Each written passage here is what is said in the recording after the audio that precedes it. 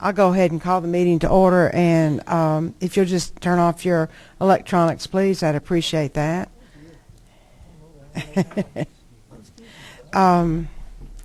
Representative Dutton will open with a prayer. Thank you. Dear Lord, thank you for this morning. Thank you for this time. Please keep us with you and have us do your will. In Jesus' name we pray. Amen. And today we have a presentation from Robert Ferris, who's director of the Georgia Forestry Commission.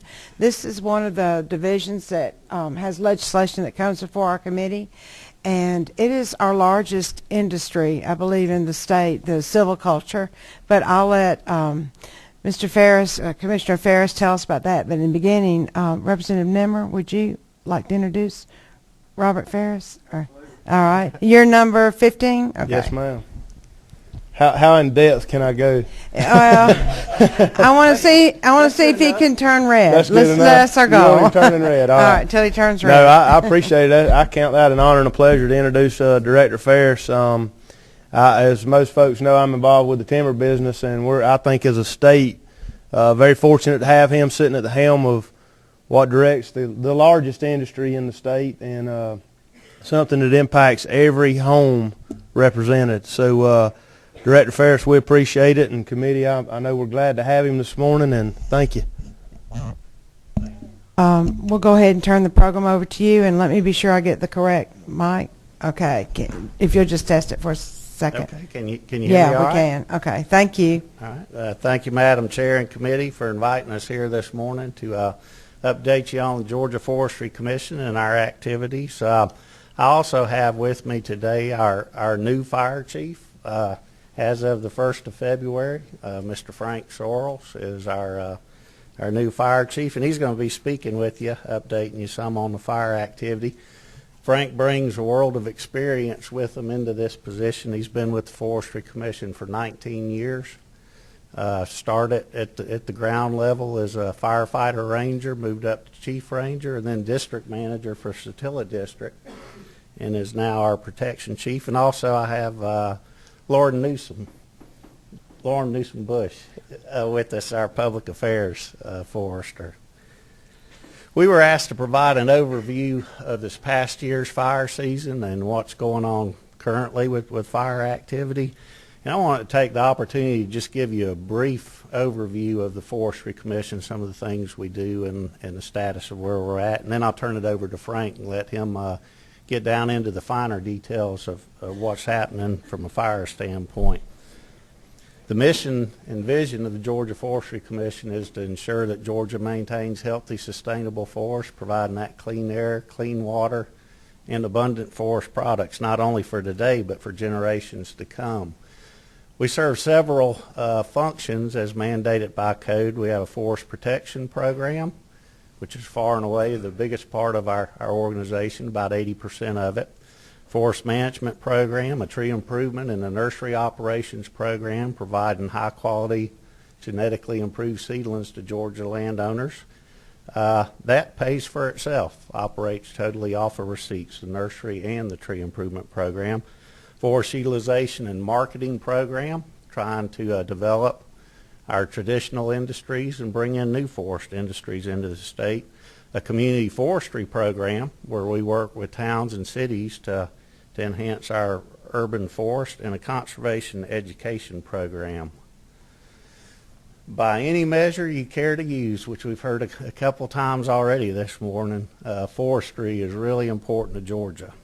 We have 24.8 million acres of forest land in Georgia. Think about that. 2/3 of this state is forested. Which I like to say that means 2 out of every 3 raindrops that fall in Georgia are filtered and cleaned by your forest land that we have here. 24.4 million acres of that timberland is available for commercial use. That is more than any other state in the nation. This is a really busy graph, but what the dark blue bars there are indicating is the privately owned forest lands. 92% of Georgia's forest land is privately owned. That's far and away more than any other state out there. Oregon has close to the same amount of acres as we did, but you can see on the light bars there, the second state over, the majority of that is publicly owned, state and federal owned lands. Another busy graph, but we work with the Georgia Tech, and annually we produce an economic impact of forestry report for Georgia. And as expected, our latest report, we've seen some declines. Total output is down by 15%. Compensation is down by about 7%. Employment down by 10.5%. However, what we'd like to point out, it's still huge and important, and it really forms the base for manufacturing here in Georgia. Contributes annually $23.6 billion, that's billion with a B, to the state's economy, and even through the declines is providing over 108,000 jobs.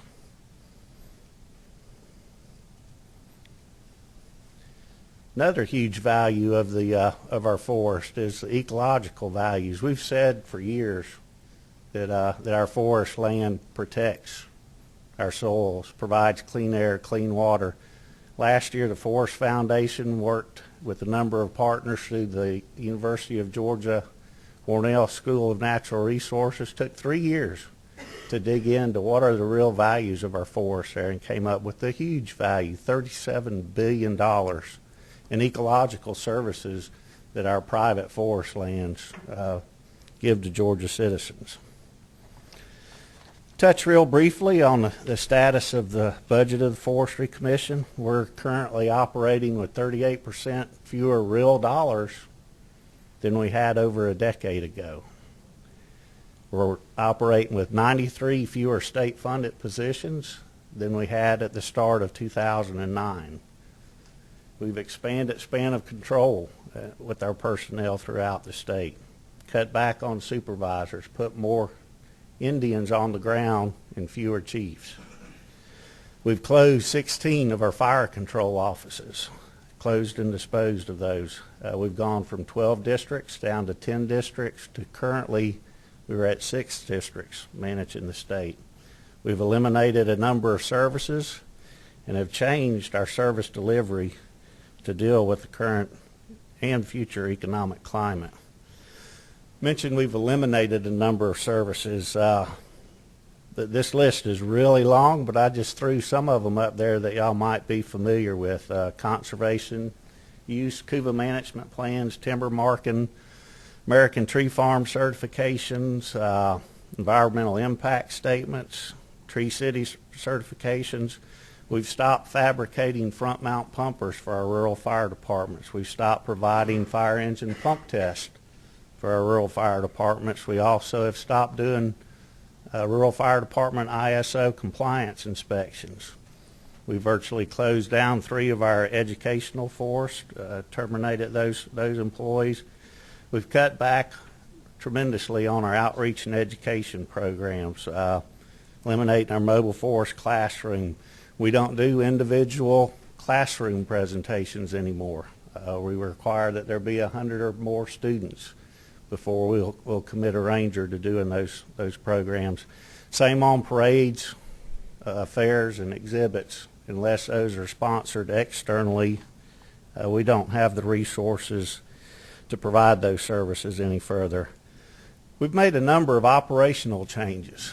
Rather than hiring all full-time equivalent firefighters, we started a program last year hiring what we call supplemental firefighters. Those are temporary day laborers that will train up, get them on contract, where we can call those folks in when fire situation and workloads get extreme. We currently have 51 of those supplemental firefighters, temporary firefighters, on the payroll. We're shooting to procure 60 of those. We've changed our permitting process. Rather than talking to a ranger on the phone, they're automated now. So voice automated and website automated permits. We're doing a lot of cross-training. so that our firefighters can help with foresters work, and all of our foresters are expected to do fire control work. We've established some new positions. For example, forest tech positions, 2-year grads versus 4-year grads. And we've established forester firefighter positions. Cross-training across the board where every individual in the agency plays a role in fire control activities. Also, something we started doing that's saving us quite a bit of money. When we hire, doesn't matter what position it's in, that individual starts as a temporary day laborer. How does that save us money? Well, we're not paying benefits then, and with benefits at about 50% now, that helps tremendously on our budget. Get into the meat of what you were wanting to hear about, the fire situation. This past year was another record-breaking fire year, 42% increase in the number of fires. Acres lost increased 171%. We lost 151,000 acres of privately owned forest land in fires this year, 9,350-something fires that we had. We lost 161,000 acres of forest land blown down on the ground due to the tornadoes. And then on top of that, we had a 309,000 acre fire in South Georgia in the Okefenokee area called the Honey Swamp Fire. Frank's going to bring you up to speed on that fire, but I did want to say this past year we saw a loss or total loss or damage of 220 homes, 485 barns or outbuildings, 435 vehicles and pieces of farm equipment. We spent well beyond our budget and our appropriations this past year with the record-breaking fires. The governor helped us out hugely by procuring a $4.4 million federal mutual aid grant, fire mutual aid grant through the feds, and then also helped by contributing $1 million to our budget out of the governor's emergency funds to help us balance out the budget for the year.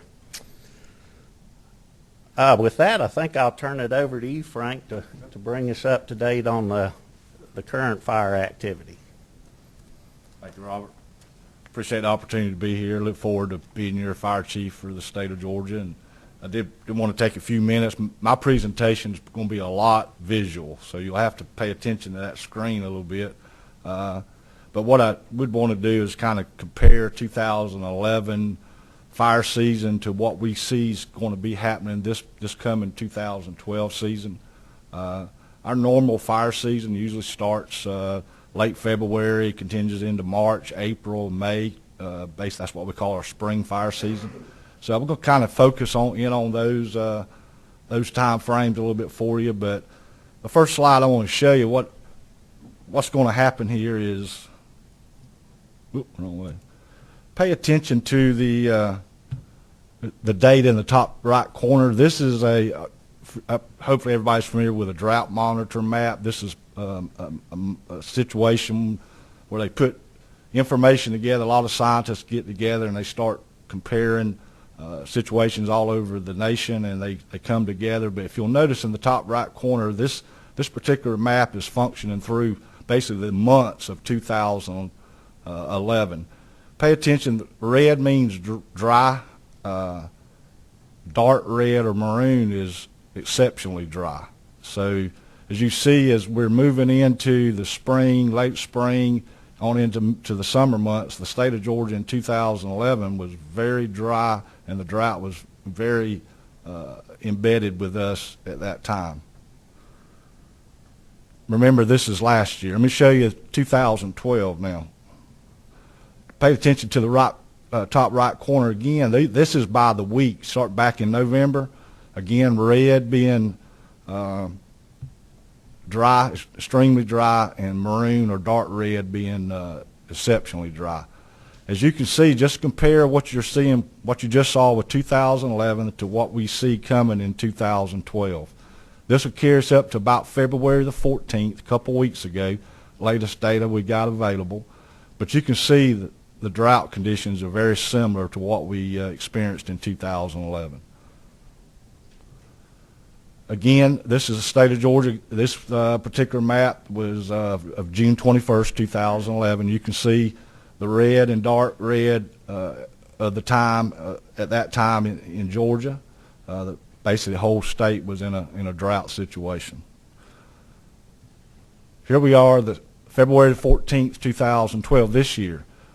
Look at those two maps. Think about those two maps. Very similar to what you saw. I'm going to back up. Look at that one and look at that one. See that dark maroon color? It's that's telling us that we're headed into a spring fire season in a large part in an exceptional drought situation in the South Georgia area. So this particular map, pay attention. I've got a blue circle drawn around the state of Georgia. What this map is telling us is the drought that we're in is going to persist. The meteorologists, the scientists are looking at it, looking at the large weather patterns out in the Pacific Ocean, and they're telling us that we're not going to come out of this drought anytime soon. So we need to be paying attention. Robert's already mentioned these numbers. This is, I know it's probably hard to read from the very back here, but these are the numbers Robert's referred to, that our total fires for 2011, of course, was up 9,366 fires. Our normal for a 5-year average shows about 6,000, a little over 600.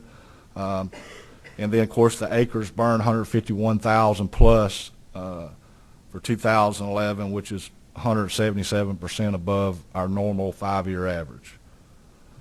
This is this year's to date, actually up through February the 14th.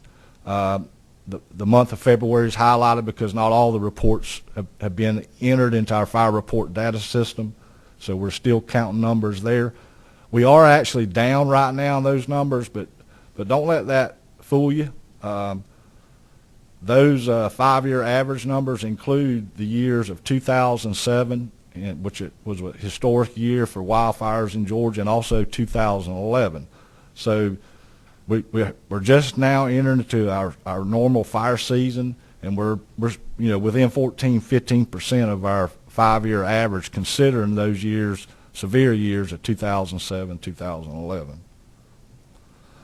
The black line across, this is information that we keep up with. Our records go back to 1957, and this scale on the bottom goes from 57 up to 2011.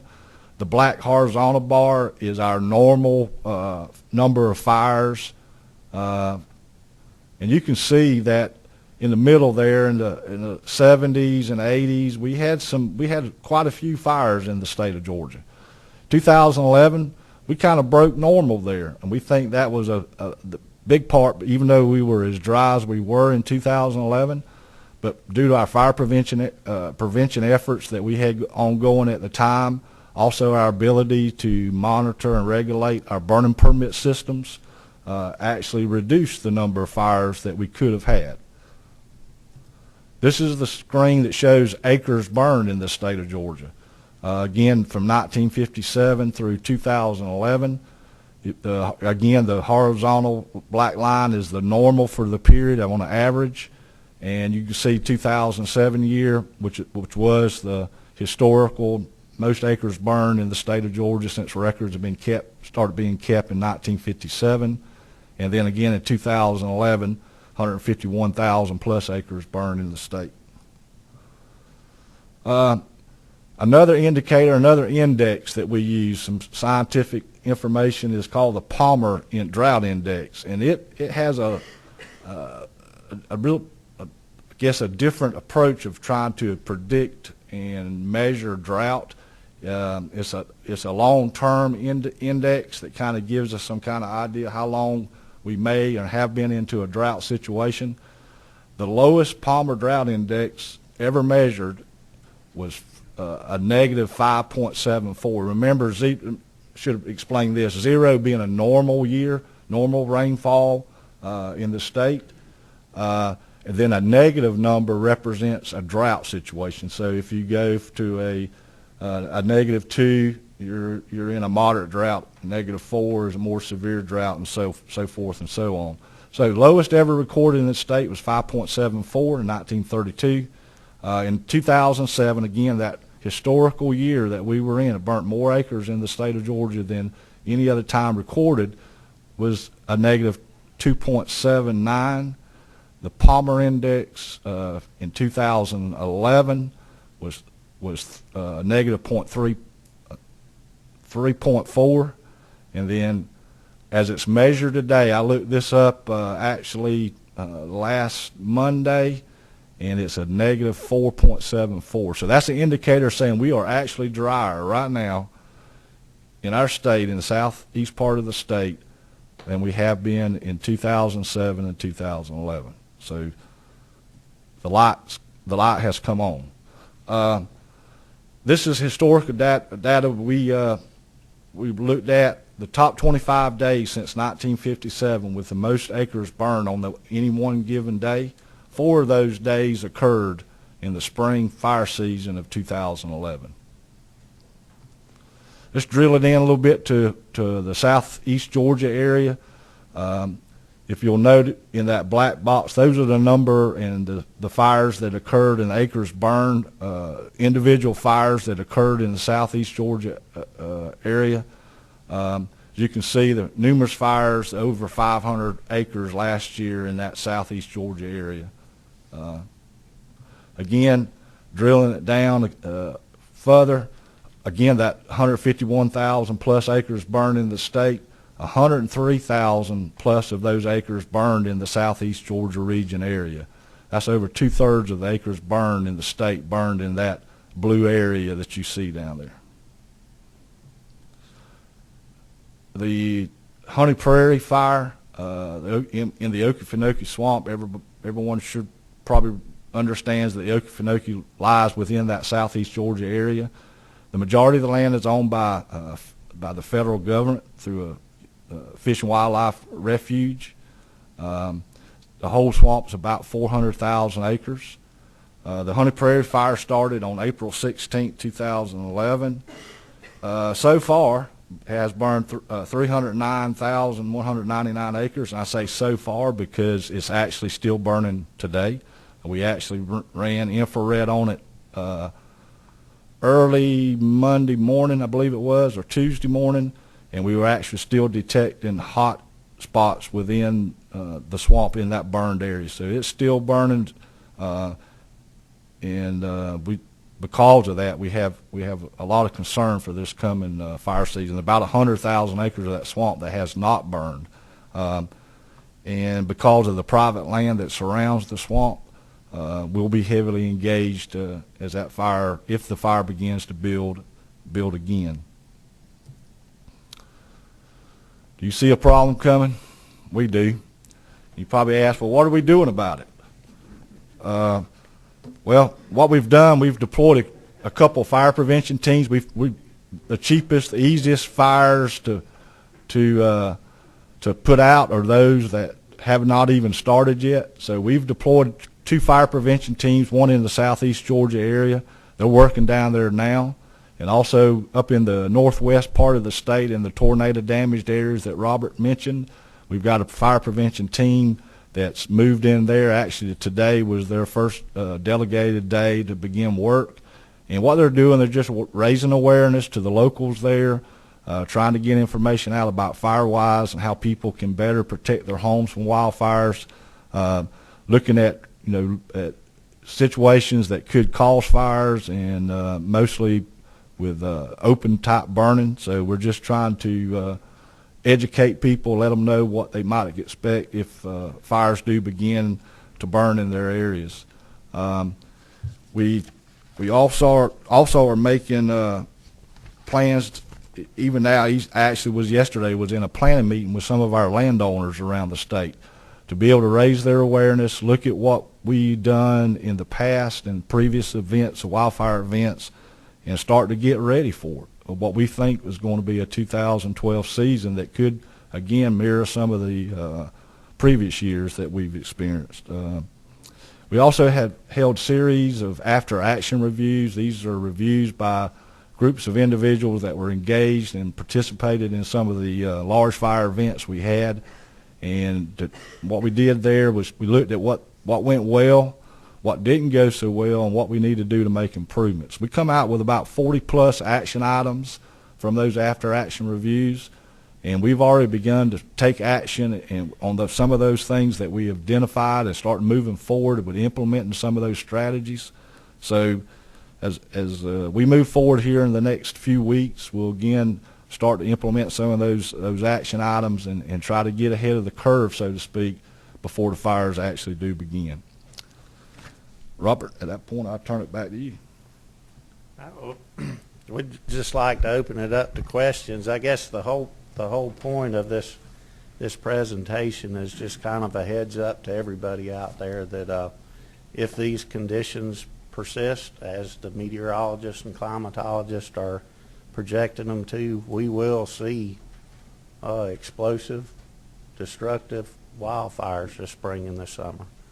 There's no question if these conditions persist that we'll be back into the same boat. And of course, this past year we brought in thousands of firefighters from across the country to assist with our fire control efforts. And it's not just Georgia. Alabama seeing record-breaking fires. South Carolina, Florida, Texas has just had a horrific year. Their expenditures have been well over $300 million trying to control the fires in Texas. So we're looking to see more of the same this year in a nutshell. Thank you so much, both of y'all, for your presentations. And we do have questions, so we'll go ahead and start. Identify yourself. Let's see, number 26 was first. Thank you, Madam Chair. Director Ferris, Chuck Williams from the Athens-Watkinsville area. First, I want to thank you and your team of professionals for the job that you have been doing, not only on fire suppression, but overall management of the state's timberland resources. You folks do a great job, and I know that the budget cuts have been tough on you, so thank you for your dedication. Thank you. I guess, Director Ferris, you're talking about the potential fire danger, and early in your presentation you talked about, due to budget cuts, some of the things you've had to do, no longer fabricating fire suppression apparatus for rural fire departments, that type thing. And then you talked about the consolidation of offices. I'm just trying to sort of piece together, if we're dealing with, seems like an annually ever-increasing fire danger, and yet you're dealing with less resources to work with, where does the line cross there that we have really gotten ourselves in a predicament that we can't easily work out of? Well, I think we've crossed that line now. Based on these historic record-breaking fire seasons that we've been having. And to put it just plainly, in the fire services, with wildland fires, none of us have the resources to appropriately manage fire seasons like we've had in 07 and 11, and we're projecting for this upcoming year. We've got to share resources across state lines. We've got Southeastern Compact. We've got agreements with federal government, Forest Service, Fish and Wildlife Service, where we share firefighting resources. But there's no question we've crossed that line in this situation. We're doing everything we can to optimize and maximize the resources that we have available, and working on partnerships to enhance those partnerships. Another really big factor that not many folks are aware of is the change in land ownership in the state. Back in the late 80s, early 90s, we had 169 crawler tractors, bulldozers outfitted with fire plows that forest industry owned. Those folks would come stand by at our offices and respond to fires with us, or respond on their own. That was back in the early 90s. Today, we have 14 of those industry cooperator tractors. So to kind of take a picture of that and think, okay, we've got 150-something fewer suppression units out there than we did then. Fire situation's getting worse. We've crossed that line up. And it's not just the short term right now. You can say what you want about climate change or global warming, whether you believe that or don't. The fact is, we're seeing weather changes, hotter, drier years, and increasing fire activity. U.S. Forest Service did an extensive study in conjunction with the Southern Group of State Foresters looking at our forestry out 60 years from now. And throughout that report, they are projecting and predicting longer, more severe, more complex wildfire situations through the South. Thank you. Number 21 is next. Yes, thank you. I appreciate the presentation. This is a little bit of a different question. During the economic downturn we've had, have we had more cutting of timber than normal? Have we had people that maybe didn't have the mature timber but they had to cut? I know in my district, in Troop and Heard counties in particular, there's just been a tremendous amount of cutting there, and it didn't seem to be a extremely mature situation. Have we seen that? We've been noticing some of the same with landowners converting their timber assets, but overall the harvest have not increased. They've actually decreased. Right now, Georgia is growing 38% more in volume than we're harvesting each year. That's a lot of wood, 19 million green tons that are available out there for commercial use. With the down markets, most landowners that can are trying to hold on to their timber till markets improve. Okay, thank you. Thank you. Number 24. Buddy Harden from Crisp County, and thank you very much for your presentation this morning. A couple of things. I was looking at your chart, and two of my counties are critically dependent on the forest lands for economic, and two are somewhat dependent. So we're right in the middle of this. We're also right in the middle of that red streak that went across the state. What I'm wondering, do you have any predictions on how much rainfall we need to start overcoming this drought? I don't know.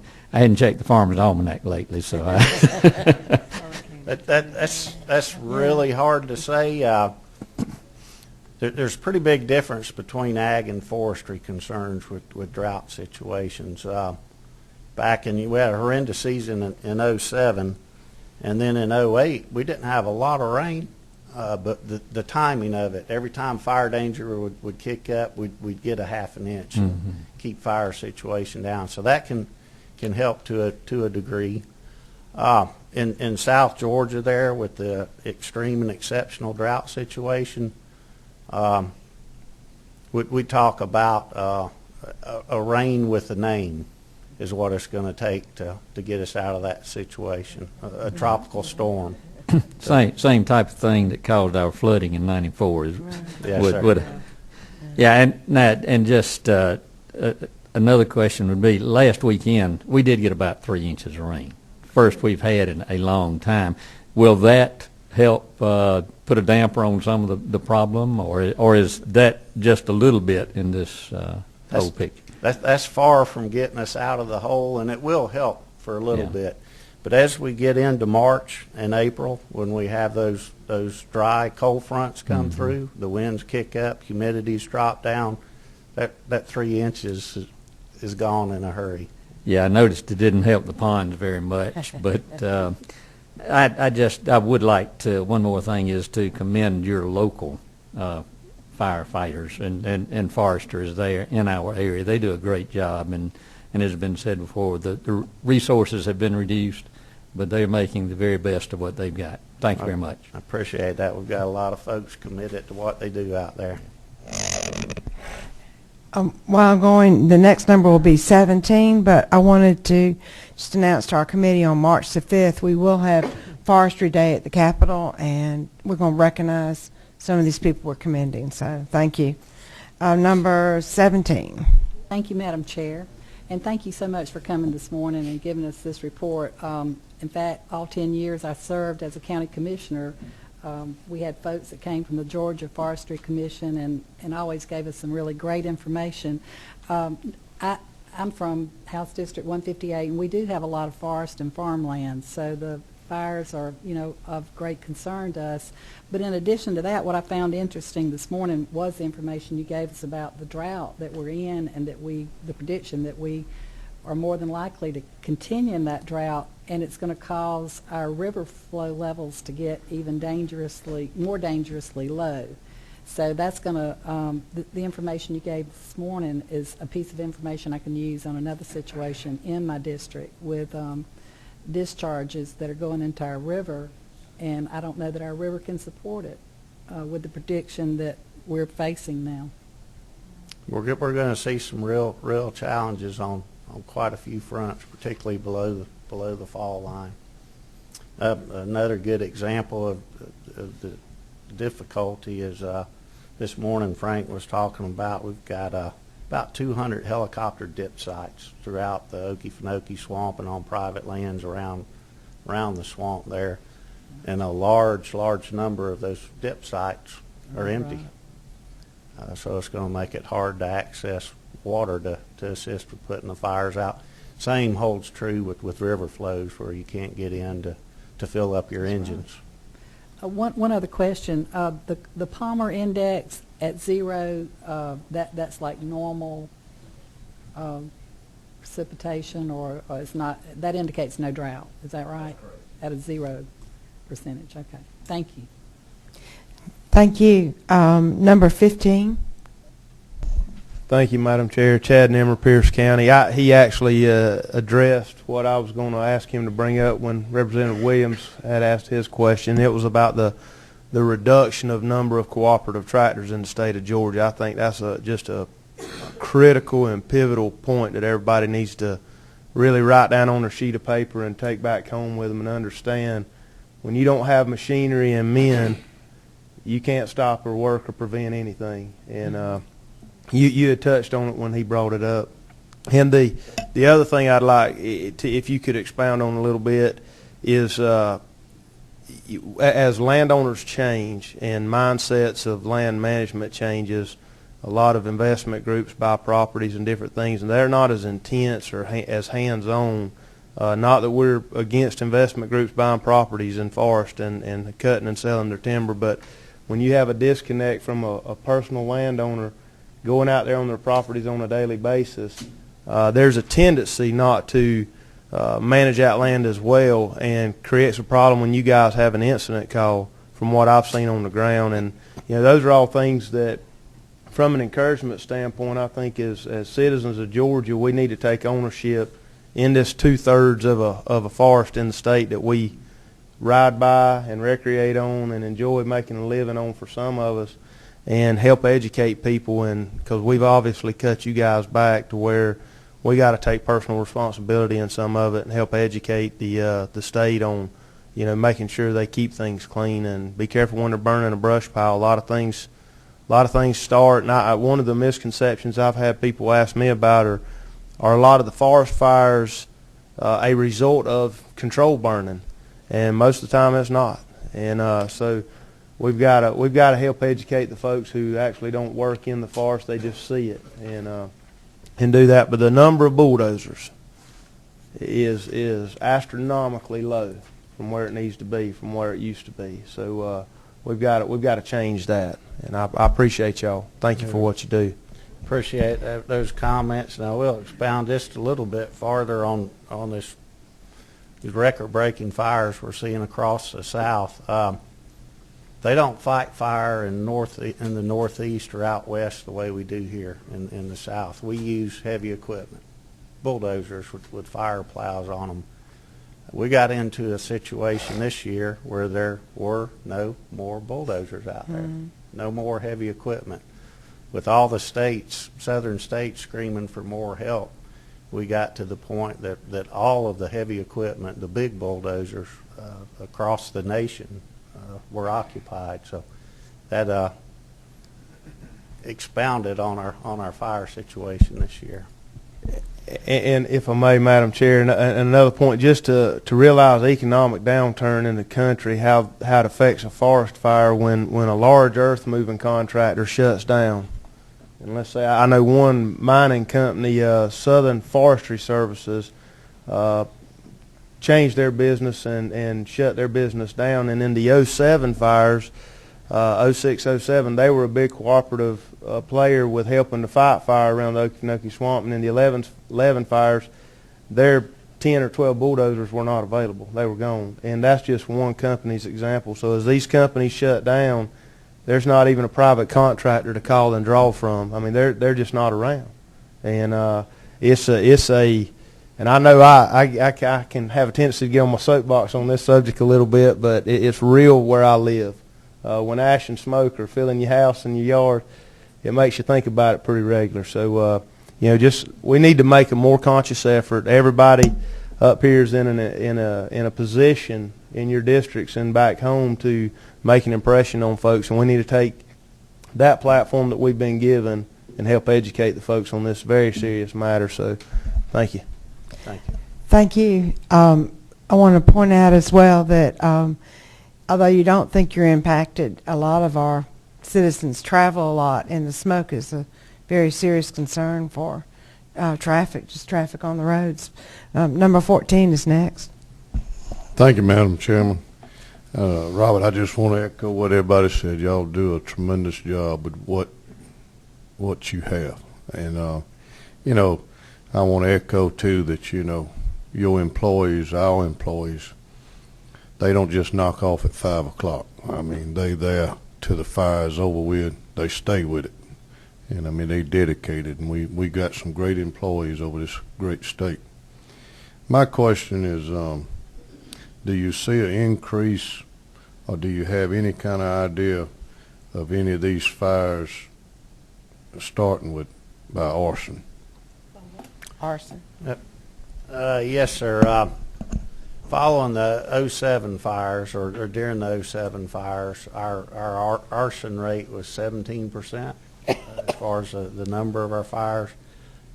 Y'all assisted us with putting some teeth into the forest arson laws, and also assisted with a couple of arson investigator positions.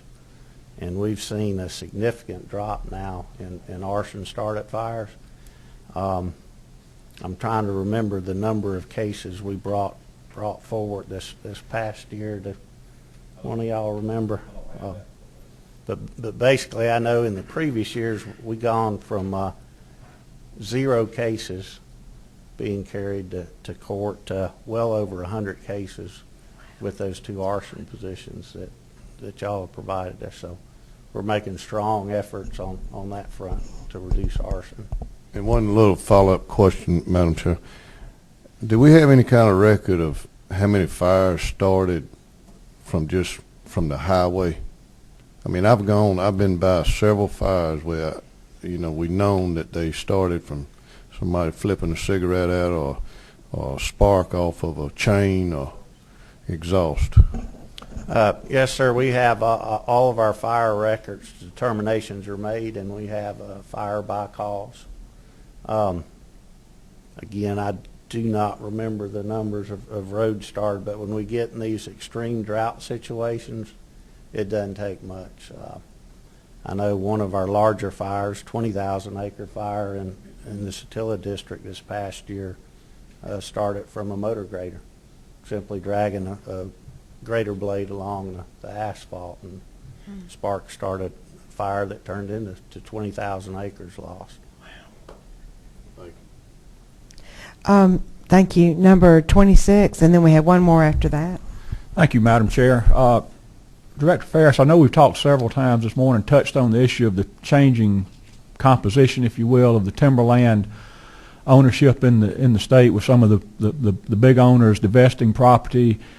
Outside of just the fire suppression issues, can you just touch on how that land ownership change has impacted your agency and your role in managing the state's timberland resource? Well, with the change in land ownerships, we're seeing the ownerships get smaller, so there's more and more landowners to work with. it's more difficult. Just common sense people thinking about it. Is it easier to work with 10 landowners that own 1,000 acres or 100 landowners that own 1,000? It's impacting us in a multitude of ways, both in workforce, being able to work individually with those landowners. It's a lot harder on the forestry community, from the procurement folks going out and procuring the feedstock to feed the mills. The intent of ownership is different somewhat with the prior forest industry ownership. Their ownership objectives and investment objectives were longer term. You know, they were basing their decision and management practices that you referred to earlier based on 50-year ownership patterns, maybe long term, investing for the long term. With some of the TMOs and REITs, their investment period and strategies are shorter, might be 10 to 15 years. So as far as maintaining heavy equipment, we're seeing a decline in that. That impacts our reforestation efforts, our tree improvement programs, where we had 30-something landowners invested in that tree improvement program to build the genetics of our seedlings. Now we've got a dozen that are invested in that. So there's a multitude of impacts. It's just getting more and more challenging across all facets of forest management. Thank you. All right, I see two more questions, then I'll have to call it at that point. But next one is number 17. Just one thought occurred to me as we were talking about the declining number of bulldozers and other heavy equipment pieces. I just thought about from a county perspective that we all do disaster planning, disaster preparedness. As our conditions for drought heighten and the possibility of forest fires, you know, that level raises. Do you send out alerts to counties, putting them on notice or alerts so that they're like doing an inventory of what heavy equipment they can get their hands on quickly and how they'll get the word out to, you know, those that need to be called in to assist?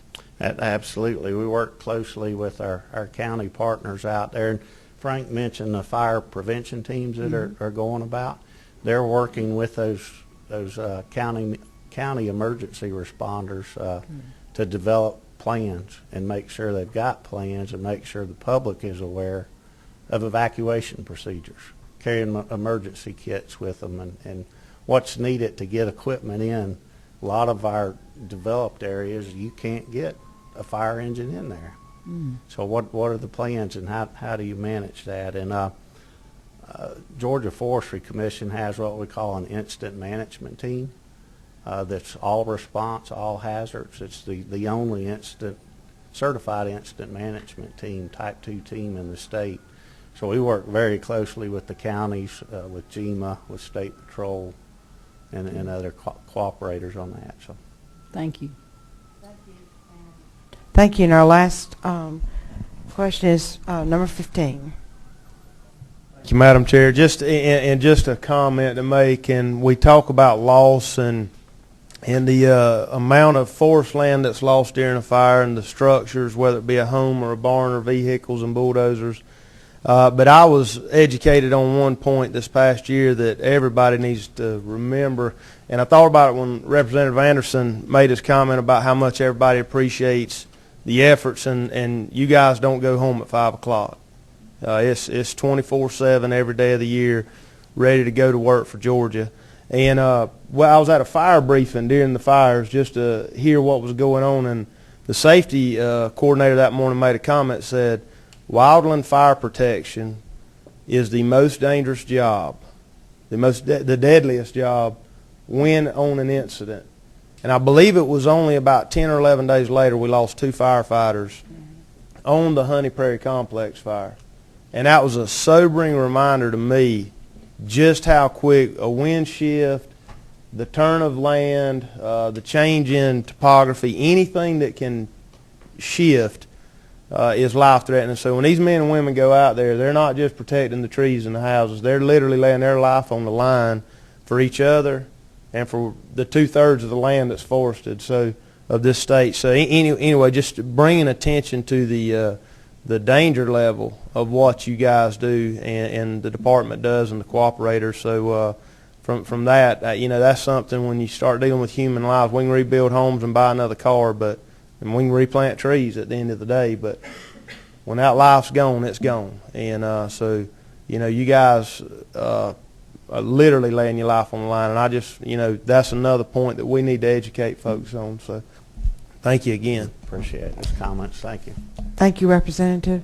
And thank you, Director Ferris and Chief Sorrells. We certainly appreciate your presentations, and you can tell this committee feels rather passionately about what you do, and we do appreciate everything y'all do. So thank you so much. Appreciate the invite and opportunity. Thank you. Thank you. And don't forget, March the 5th, we'll be recognizing them. And also to our committee, just pay attention to the bulletin board. We're getting to that time of the year. We'll be sending out notices when we have meetings. Thank you.